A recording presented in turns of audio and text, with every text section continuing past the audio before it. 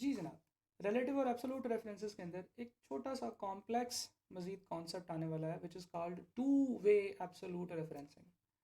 Two way absolute referencing क्या होती है? ये एक अल्टीमेट टूल है जिसके ज़रिए आप अपने डाटा के अंदर बहुत क्विकली समरीज बना सकते हैं, उसको फाइंड आउट कर सकते हैं। तो ज़रा सिंपल से एग्जांपल्स समझें और फिर उसके बाद इंशाल्लाह हम लोग कॉम्प्लेक्स एग्जांपल्स की तरफ भी मूव करेंगे।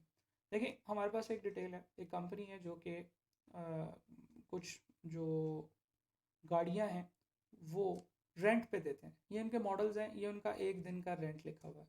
और गाड़ी अगर एक दिन जाती है, 2 दिन जाती है, 3 दिन, 4 दिन या 5 दिन, तो हमने यहाँ पे इनका रेंट फाइंड आउट करना है। हमें पता है कि किसी भी जगह पे जो रेंट फाइंड आउट करने का तरीका है वो ये है कि हम यहाँ पे इक्वल टू बटन प्रेस करेंगे और जो ऊपर लिखा हुआ आ रहा है रेट, जो डे है उसको मल्टीप्लाई करना है रेट के साथ। तो नंबर ऑफ डेज को रेट से मल्टीप्लाई करेंगे तो we will get our answer.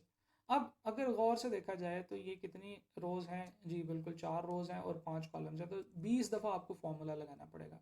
Microsoft Excel आपको एब्सोल्यूट रेफरेंसेस के जरिए कहता है कि 20 दफ़ा फार्मूला लगाने की बजाय एक ही दफ़ा फार्मूला लगाएं और उसको सारों में कॉपी पेस्ट कर दें, तो आपका बाकी सारा काम जो है वो ठीक हो जाएगा। लेकिन आपको इसमें मेरे हिसाब से इन्फॉर्मेशन देनी पड़ेगी। देखिए, हमेशा ऐसा ही होता है, जब भी आप एक्सेल के ऊपर काम करते हैं आपको एक्सेल के हिसाब से इन्फॉर्मेशन उसे देनी पड़ती है।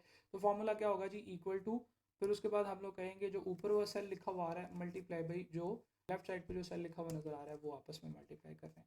अब मैं इसको अगर यहाँ से ऊपर से नीचे कॉपी पेस्ट करूँगा तो there will be a problem कि ये जो रेड वाला है ये तो नीचे आना चाहिए, लेकिन ये जो ब्लू वाला है ये नीचे नहीं आना चाहिए। ठीक है जी। तो इसका मतलब ये है कि मुझे ब्लू वाले को लगाने पड़ेंगे पैसे। तो ब्लू वाला क्या है? E55 पहले लिखा हुआ है। इसके ऊपर जाके मैं F4 प्रेस करूँगा तो इसको लग जाएंगे पैसे। और जब मैं इसको ऊपर से नीचे कॉपी करूँगा तो आप देखेंगे कि हर जगह पे ब्लू वाला तो मूव नहीं कर रहा, सिर्फ रेड वाला मूव कर रहा है। अच्छा, इसका मतलब ये हुआ कि डे 1 की कैलकुलेशन तो हो गई ठीक। लेकिन अब एक नया काम करने लगा हूँ मैं। अभी तक मैं क्या कर रहा था? मैं सिर्फ उसको कॉपी करता था और नीचे पेस्ट कर देता था, जैसे मैंने इस एग्जांपल में भी किया है, या जैसे यहाँ पे हमने यहाँ से कॉपी किया था और नीचे एंड तक पेस्ट कर दिया था, और यहाँ पे दोबारा फार्मूला लगाया था और इसको लेफ्ट के एंड तक पेस्ट कर दिया था, राइट के एंड तक। यहाँ पे था तो फार्मूला लगाया तो राइट पे पेस्ट कर दिया, और यहाँ पे था कि फार्मूला लगाया तो डाउन पेस्ट कर दिया। ठीक है जी, one side one dimensional down था। लेकिन यहाँ पे ये है कि एक फार्मूला लगाया है, आपने उसको नीचे पेस्ट किया है, आपने उसको राइट साइड पे भी पेस्ट किया है। तो फर्स्ट करेंगे, मैं सेल को यहाँ से कॉपी करके इधर पेस्ट करूँगा तो क्या हो रहा है? एक गलती हो रही है, वो ये कि ये वाला जो रेड है ये इसके साथ मूव हो रहा है, राइट? तो मुझे क्या करना है? मुझे रेड को भी फिक्स करना पड़ेगा ताकि जो है वो रेड भी मूव ना करे। तो अगर मैंने रेड को भी फिक्स कर दिया और ब्लू को भी फिक्स कर दिया तो जहाँ पे मर्जी चले जाएं वो इन दोनों को ही जो है वो अप्लाई करता रहेगा। तो इसका सोल्यूशन ये है कि सबसे पहले आप पहले वाले सेल में, जो बिल्कुल पहले वाला सेल है, इसमें आप अपना फॉर्मूला लगा दें और देखें कि जो डाटा आपका अलोंग द रो आ रहा है, जैसे ये देखें, ये वाला डाटा हमारे पास रो में आ रहा है, 1 2 3 4 5, ये सारा का सारा एक ही रो में आ रहा है। हम इसकी रो चेंज नहीं करना चाहते, हम चाहते हैं कि ये इसी रो के अंदर रहे। तो जो डाटा अलोंग द रो आ रहा है उस सेल के रेफरेंस की रो नंबर को पैसे लगा दें। रो और कॉलम दोनों को पैसे लगाने की बजाय सिर्फ और सिर्फ उसकी रो नंबर को पैसे लगा दें। आपको पता है इसकी रो नंबर क्या है? 55। तो 55 से पहले डॉलर लिख दें। और जो डाटा एक कॉलम में आ रहा है और आप चाहते हैं कि इसका कॉलम यही रहे, उसके कॉलम को पैसे लगा दें।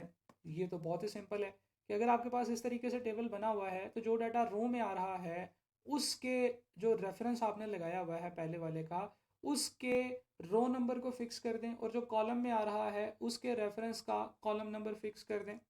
और जब आप इसको कॉपी करके थ्रू आउट कॉपी पेस्ट करेंगे तो हर जगह पे आपके पास वही वाली कैलकुलेशन बिल्कुल उसी तरीके से हो जाएगी। जहाँ पे रो मूव होनी है वहाँ पे रो मूव होगी, जहाँ पे कॉलम मूव होना है वहाँ पे कॉलम मूव होगा।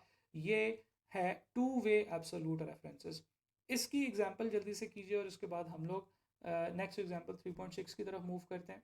जी जनाब, 3.6 एक बैंक है जो आपको डिफरेंट रेट्स ऑफर कर रहा है, 7%, 8%, 9%, 10% और 11%। और आपके पास ये डिफरेंट अमाउंट्स हैं जो आपने फोरकास्ट किए हैं कि इन अमाउंट्स को जो है ना वो मैं इन्वेस्ट करूँगा।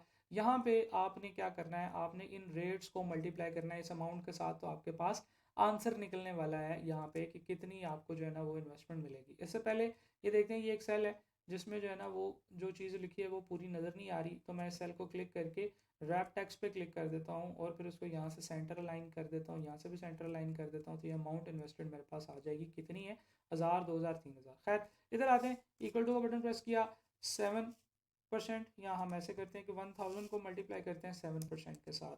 अब दोबारा मैं इस फार्मूले में जाता हूँ, मेरे पास जो इंफॉर्मेशन एक रो वाइज आ रही है उस इंफॉर्मेशन के रेफरेंस का रो नंबर मैंने फिक्स करना है, जो कि है 65। इसके ऊपर मैंने डॉलर लगा दिया।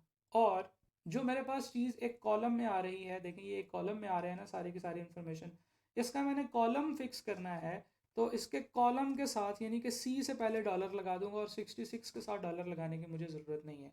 तो रूल बहुत ही सिंपल है, जो चीज़ अलॉन्ग द रो आ रही है, एक रो के अंदर ही आ रही है, उसका रो नंबर फिक्स कर दें, और जो चीज़ एक कॉलम में आ रही है उसके रेफरेंस का कॉलम अल्फ़ाबेट फिक्स कर दें। रो नंबर होती है, हर रो का एक नंबर है और हर कॉलम एक अल्फ़ाबेट में है, तो जो कॉलम में आ रहा है उसका कॉलम अल्फ़ाबेट फिक्स कर दें डॉलर लगा के, उसका रो नंबर फिक्स ना करें, तो आपके पास जो फार्मूला बनेगा जब आप उसको कॉपी करेंगे थ्रू आउट द शीट, तो वो हर जगह पे उसी तरीके से चल रहा होगा जैसे कि आप उसको करना चाहते हैं।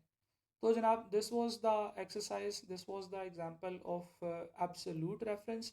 इस एब्सोल्यूट रेफरेंस की प्रैक्टिस कीजिए, और अब एक्सरसाइज 4 के अंदर जितनी भी एक्सरसाइज हैं वो आप लोगों ने खुद परफॉर्म करनी है। हम लोग इंशाल्लाह अब अपने अगले लेसन की तरफ मूव करते हैं। Thank you very much.